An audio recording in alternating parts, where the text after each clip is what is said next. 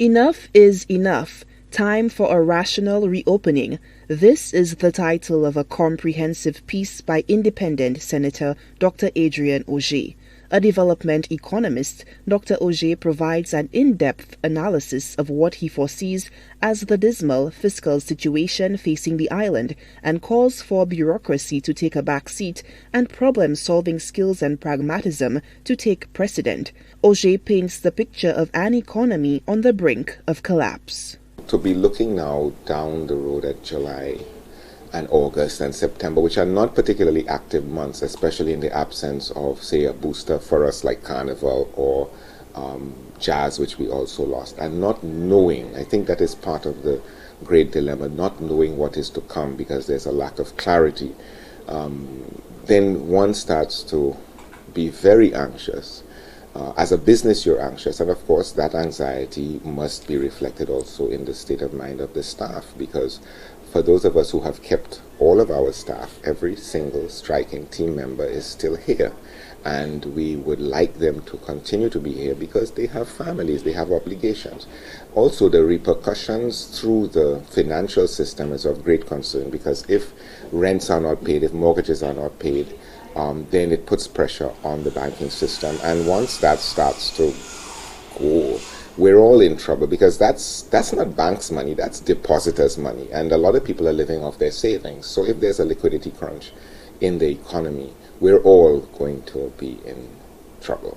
Augier says this is not alarmist, rather an opportunity for cooler heads to prevail in attempting to figure out what can be salvaged, changed, adjusted, and how the island can get on the right side of the ever-changing global economy.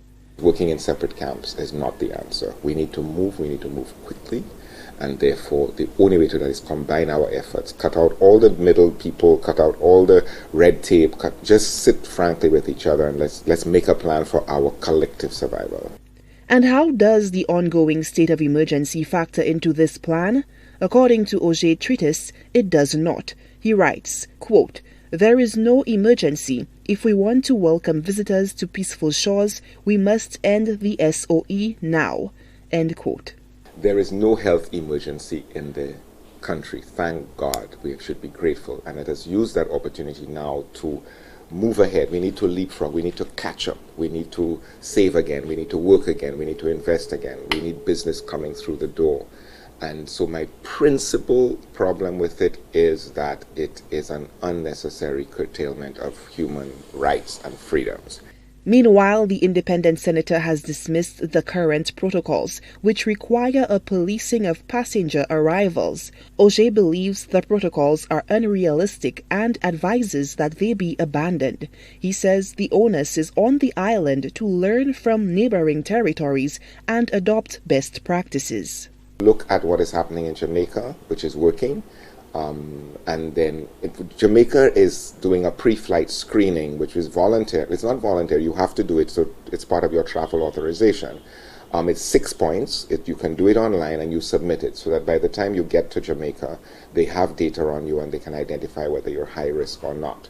I suspect also that if you are high risk, that you are not encouraged to board the flight in the first place. So there's a process of gradual elimination until the body actually reaches, the body as in the live body, reaches your shores, by which time you've taken whatever precautions you reasonably can, and then you take more precautions which are now accessible to you on the ground. Augier says he was taken aback by the forthright letter sent out by Coconut Bay Hotel to over 400 employees made redundant on Wednesday, 10th June. He says the demise of the largest employer in the south of the island has sent ripples throughout the wider economy, compounded by additional layoffs at the Body Holiday and Marigot Beach Club. Augier is calling for greater consultation across all sectors, saying the island can no longer languish in the wilderness of uncertainty. Solange Alfred, HTS News Force.